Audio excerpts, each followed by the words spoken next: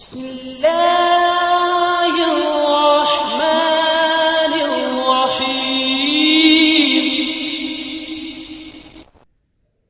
السلام عليكم ورحمة الله وبركاته. அன்பார்ந்த அல்லாஹ்வின் நல்லடியார்களே, அநேகரின் சாந்தியும் சமாதானமான நம் அனைவருமே உண்டாவதாக.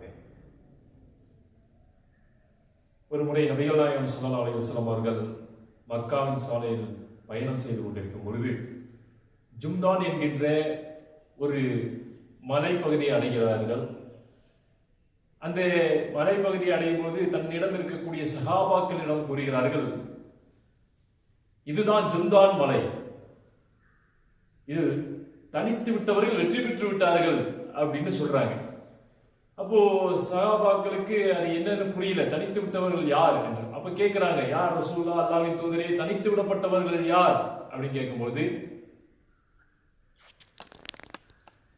யார் அல்லாஹ்வின் நினைவு கூறக்கூடிய ஆண்களாகவும் யார் அல்லாஹ்வின் நினைவு கூறக்கூடிய பெண்களாகவும் இருக்கிறார்களோ அவர்கள் தான் தனித்து விடப்பட்டவர்கள், அவர் வெற்றி பெற்று விட்டார்கள். என்றுமே நாம் தனிமையிலே இறைவனை அஞ்சக்கூடியவர்களாக அல்லது இறை சிந்தனையுடையவர்களாக இருந்தால் மட்டும் போதும், வெற்றி பெற்று விடலாம். தனிமையில குர்ஆன் ஓதக்கூடியவர்கள், தனிமையில இறைவனை சிந்திக்கக்கூடிய திக்ரு செய்யக்கூடியவர்கள், அதே போல தவறுகளிலிருந்து தன்னை பாதுகாத்துக் கொள்ளக்கூடியவர்கள், இப்படி இருக்கக்கூடியவர்கள், பள்ளியினுடன் தொடர்பு இருக்கக்கூடியவர்கள், இப்படி தன்னுடைய நேரங்களை படைத்த இறைவனுக்காக செலவு செய்யக்கூடியவர்கள். அப்போ அதே போல இவர்களுடைய ஒரு முகத்தை மக்களுக்கு காட்டக்கூடிய இறைவன் மறு ஒரு முகத்தையும் காட்டுகிறான். திருமறை குர்ஆனிலே அல்லாஹ் கூறும் பொழுது அந்த காலத்தில் மக்களிடமிருந்த ஒரு பண்பை கூறுகிறான். வா இதா லகுல்லதீன ஆமனு காலு ஆமன்னா, அவர்கள் இறை நம்பிக்கை கொண்டவரை சந்திக்கும் பொழுது நாங்கள் இறை நம்பிக்கை கொண்டிருக்கிறோம் என்று கூறுவார்கள். அப்போ இறை நம்பிக்கையோடு இருக்கும் பொழுது இறை நம்பிக்கை கொண்டிருக்கிறோம் என்று சொல்லுவாங்க. அதே போல இதா ஹலவ் இலா ஷயாத்தீனிஹும் காலு இன்னமக்கும் இன்னமா நஹ்னு முஸ்தஹ்சிஊன், என்ன செய்வாங்கன்னு கேட்டா, தமது இறைய சைத்தானின் தீயவர்களுடன் அவர்கள் தனித்திருக்கும் போது நாங்கள் உங்களுடன் இருக்கிறோம், நாங்கள் இறை நம்பிக்கை கொண்டவர்களை கேலி செய்கிறோம் என்று கேலி செய்யக்கூடியதை பார்ப்போம்.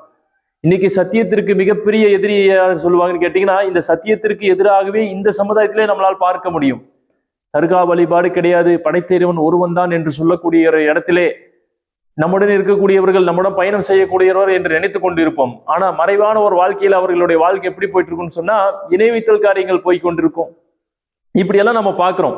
ஆனால் தனிமையில் தான் இறைவனை அஞ்ச வேண்டும் என்று அல்லாஹ் கூறுகிறான்.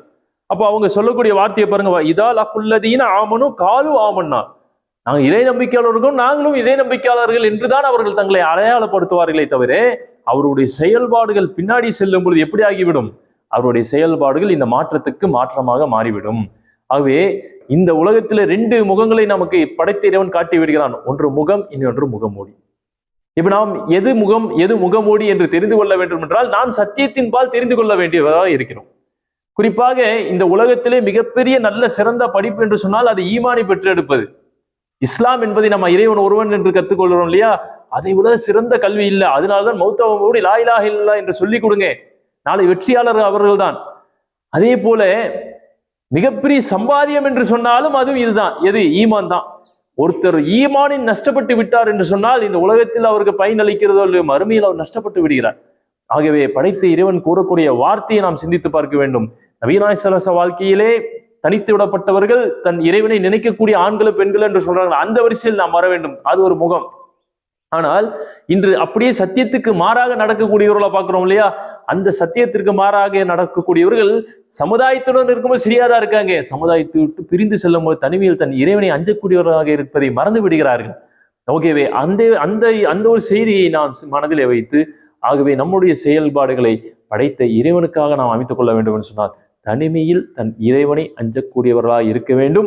நாம் நம்முடைய வாழ்விலை எக்காரணத்தை கொண்டு ஈமான் என்கின்ற அந்த ஒரு இறைவனுடைய அருளை நாம் இழந்துவிடக் கூடாது.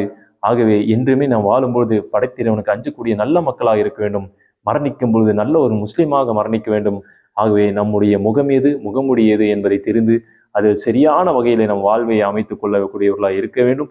அத்தகைய வகையிலே அந்த படைத்த இறைவனை மட்டும் பிரார்த்தித்துக் கொண்டு அவனுடைய உதவி மட்டும் எதிர்பார்த்தவனாக நாம் இந்த உரையும் நிறைவு செய்கிறோம்.